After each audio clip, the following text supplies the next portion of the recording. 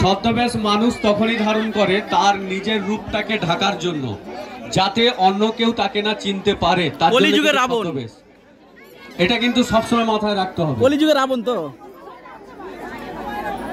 ছদ্মবেশ ধারণ করার মূল লক্ষ্য হচ্ছে জনসমাজ থেকে নিজেকে আড়াল করা। এমন ভাবে মেকআপ করতে হবে যে মানুষ ওনাকে না যেন চিনতে পারে, তবেই তো ছদ্মবেশ। এটা কিন্তু সবসময় মাথায় রাখতে হবে। শুধু জয় জওয়ান জয় কিষান। প্রিয় দর্শক, যেমন খুশি তেমন সাজো চলছে জয় জওয়ান জয় কিষান। খুব সুন্দর সেজেছে। কিন্তু আমরা এদিকে দেখতে পাচ্ছি কৃষি ট্রেনিং চলছে। জৈব সার ব্যবহার করুন, রাসায়নিক সার ব্যবহার ছাড়ুন। মাটি আমাদের মা, মা ভালো থাকলে আমরা সবাই ভালো থাকব। 21 ফেব্রুয়ারি জৈব সারে মানুষের উপকার, মাটিকে সুস্থ রাখা আমাদের কর্তব্য। মাটিকে উর্বর হতে সাহায্য করুন, ফসলের বৃদ্ধিতে সহযোগিতা করে তুলুন। বন্ধু পোকাকে বাঁচাতে সাহায্য করুন। মৌমাছি, প্রজাপতি, কেঁচো ইত্যাদি এই সমস্ত পোকামাকড়কে বাঁচিয়ে রাখতে চেষ্টা করুন, কেননা এরা হলো বন্ধু পোকা। এখানে আমরা দেখতে পাচ্ছি কৃষি ট্রেনিং চলছে। মোদের গর্ব, মোদের আশা, আমাদেরই বাংলা ভাষা। 21 ফেব্রুয়ারি বিশ্ব ভাষা দিবস। মাঠে এখানে কি হচ্ছে এটা? আচ্ছা, একটু ইন্ট্রোডাকশন দেই। আপনারা দেখতে পাচ্ছেন খড়গ হাতে, এক হাতে খড়গ, এক হাতে ঢাল। কলিযুগে গাছ লাগানো হচ্ছে, তাই তো? গাছ লাগানো হচ্ছে। আমরা রাবণ সম্পর্কে সবসময় কিন্তু আমাদের মনের মধ্যে একটা ভ্রান্ত গাছ লাগান প্রাণ বাঁচান, যে রাবণ সীতাকে হরণ করে নিয়ে গিয়েছিল, তার মানে রাবণ আমাদের কাছে খুব খারাপ ব্যক্তি। এটা কিন্তু আমাদের মনের মধ্যে সবসময় থাকে, কিন্তু না।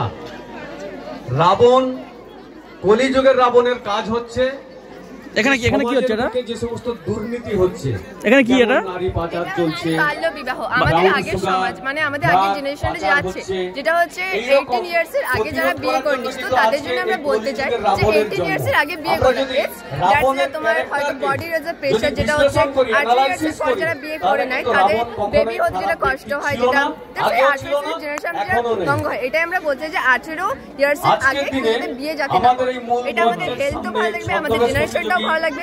খুব ভালো প্রচেষ্টা, খুব ভালো প্রচেষ্টা, থ্যাংক ইউ। খুব ভালো প্রচেষ্টা। প্রতিরোধ গড়ে তোলার জন্যই কিন্তু আজকে তার এই ছদ্মবেশ ধারণ। জয় জওয়ান জয় কিষান, এই স্লোগানটা আমাদের দেশের এক প্রধানমন্ত্রী দিয়েছিল। খুব ভালো প্রচেষ্টা। বাল্য বিবাহ প্রতিরোধ, বাল্য বিবাহ প্রতিরোধ, সত্যি খুব ভালো লাগলো বাল্য বিবাহ প্রতিরোধ দেখে। রক্ষা করার জন্য এবং কৃষিজাত ইনিকে ঠিকঠাক রাখার জন্য আজকে আচ্ছা ইনি ঘটক, এই ভূমিকা বা এই রূপ আজকে আমাদের মিলন। মানে উনি বাল্য বিবাহ দিচ্ছে নাকি? সবাইকে একটা জিনিস ওয়াকিবহাল করে দেই, নকিং দা ডোর। আচ্ছা, ঘটকে তাহলে জেলে দেওয়া উচিত, ঘটকে তো জেলে দিতে হবে। আমরা যে প্লাস্টিক কত টাকা নিয়েছো? কত টাকা নিয়েছো? কতটা ভয়ঙ্কর এবং 5000। কতটা ক্ষতিকারক, মিথ্যে কথা বলছে কেন? 10,000 টাকা নিয়েছো বলছে। মাটির নিচে দেখবেন যে চিপচিপাটা থাকে বা যে প্লাস্টিকটা থাকে তার কখনো ক্ষয় হয় না, মাটিকে অনুর্বর করে দেয়, উর্বরতা করতে দেয় না। তাই প্লাস্টিক বর্জনের জন্য আজকে আমাদের এই মাঠে ছদ্মবেশ ধারণ। 21 ফেব্রুয়ারি বিশ্ব ভাষা দিবস। আপনারা বাংলাদেশের নাম শুনেছেন, আপনারা পাকিস্তানের নাম শুনেছেন। এই যে বাংলাদেশ, এই বাংলাদেশ রাষ্ট্রটা তৈরি হয়েছে কেবলমাত্র ভাষাভাষীর উপর লক্ষ্য করে। সেই সময় মুজিবুর রহমান আন্দোলন করেছিলেন এই ভাষা নিয়ে। পাকিস্তানের ভাষার সঙ্গে বাংলাদেশের ভাষার মিল ছিল না, তার কারণেই এই ভাষা আন্দোলনকে কেন্দ্র করে বাংলাদেশ কিন্তু ডিভাইডেড হয়েছিল পাকিস্তানের সঙ্গে। তার একটা রূপ 21 ফেব্রুয়ারি এই বিশ্ব ভাষা দিবসকে এখানে তুলে ধরা হয়েছে।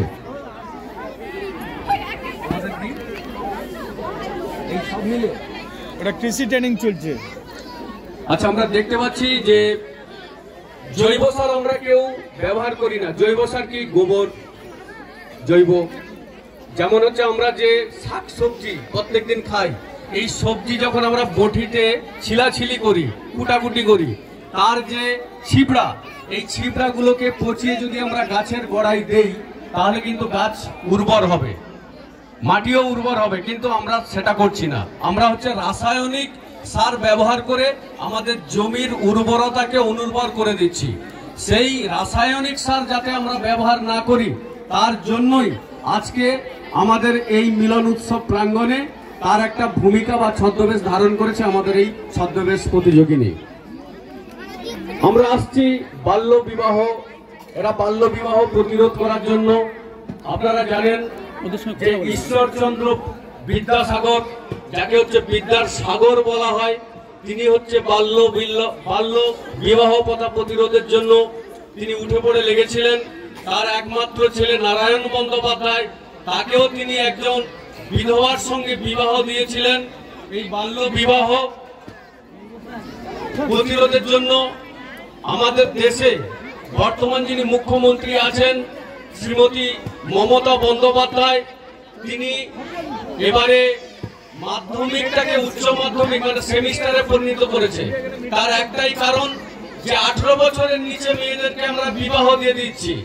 একটা মানুষের পূর্ণাঙ্গ শরীর তৈরি হতে 15 বছর লাগে, তারপরে তাকে 3 বছর তাকে রেস্ট দিতে হয় তার শরীর সম্পর্কে বোঝানোর জন্য।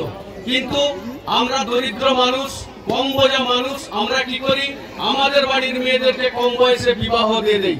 তারপরে কিন্তু এই সমস্ত মেয়েরা তার স্বামীর হাতে কিন্তু লাঞ্ছিত এবং অত্যাচারিত হয়। তাই সমাজের বুক থেকে এই বাল্য বিবাহ যাতে দূর করতে হয় এবং দূর করা যায়, তার জন্য আজকের এই নারীরা আমাদের এই মিলন উৎসব প্রাঙ্গণে বিদ্রোহী করেছে, প্রতিরোধের জন্য ব্যবস্থা করেছে এবং প্রতিবাদ করছে। তার রূপরেখা আজকে আমাদের এই মাঠে কিন্তু ফুটে উঠেছে, বাল্য বিবাহ প্রতিরোধ। আমি বলবো অবশ্যই আজকের যারা যতটুকু সেজেছে প্রত্যেকের থিম এক্সিলেন্ট। দেখতে পাচ্ছি স্বয়ং স্বর্গ থেকে নেমে এসেছে মিলন উৎসব প্রাঙ্গণে মা মনসা দেবী। তার আরাধনায় তার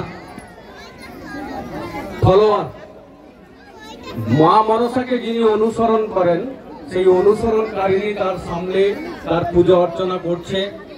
এবং আজকে আমরা সত্যি নিজেদেরকে ধন্য মনে করছি যে স্বর্গ থেকে দেবী আমাদের এই উৎসব প্রাঙ্গণে হাজির হয়েছে। এক্সিলেন্ট।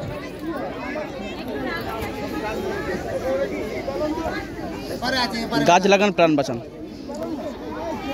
একটি গাছ একটি প্রাণ। একটি গাছ কাটার আগে আপনাকে চিন্তা ভাবনা করতে হবে 100টি গাছ লাগানোর পর একটি গাছ কাটা উচিত। কারণ আমরা গাছ থেকে অক্সিজেন নেই আর আমাদের কার্বন ডাই অক্সাইডটা গাছ ছেড়ে দেয়। কার্বন ডাই অক্সাইডটা কিন্তু বিষ, কার্বন ডাই অক্সাইডটা কিন্তু বিষটাকে গ্রহণ করছে কিন্তু গাছ।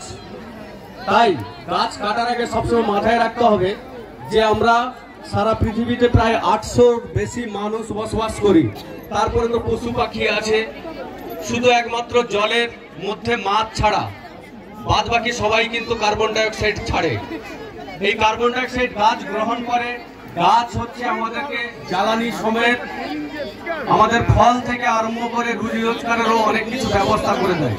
তাই গাছ কাটার আগে আপনাদের 7 বার চিন্তা ভাবনা করতে হবে যে গাছ কাটার আগে আমাদেরকে 100টা করে গাছ লাগানো উচিত। এই গাছের পরিচর্যা করছে এখানকার মানুষ, তার রূপরেখা আজকের এই ছদ্মবেশ প্রতিযোগিতায় ফুটে উঠেছে। বাল্য বিবাহ তোমরা কি চাই, মানে কি করতে চাইছো? কিসের প্রতিবাদ, কিভাবে প্রতিবাদ করতে চাইছো? কম বয়সে কারোরই বিয়ে করা উচিত না।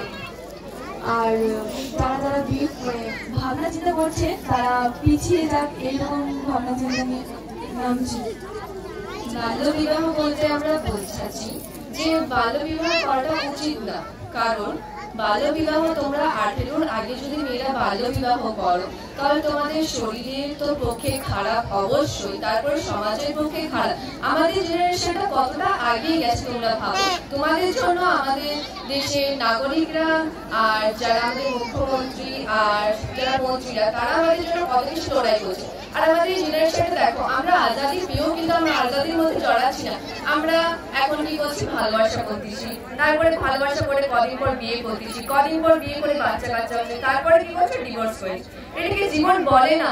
আমাদের এই জেনারেশনটা বোঝাচ্ছে যে তোমরা পড়াশোনা করো এবং কেরিয়ারটা আগাও, বাট তোমরা ওটা করছো না।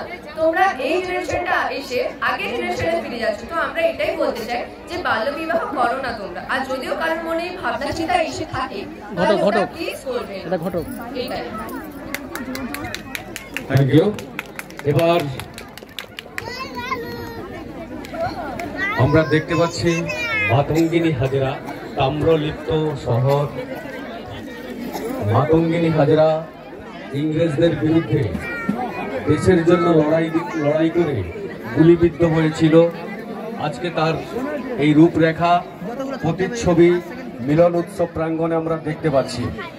মাতঙ্গিনী হাজরা যিনি হচ্ছে গান্ধীজির অনুসারী ছিলেন, গান্ধীজির চিন্তা ভাবনা নিয়ে তিনি চলাফেরা করতেন। তার ছেলে মেয়ে এবং স্বামী কেউ ছিল না। দেশের জন্য তিনি প্রাণ দিয়েছিলেন এবং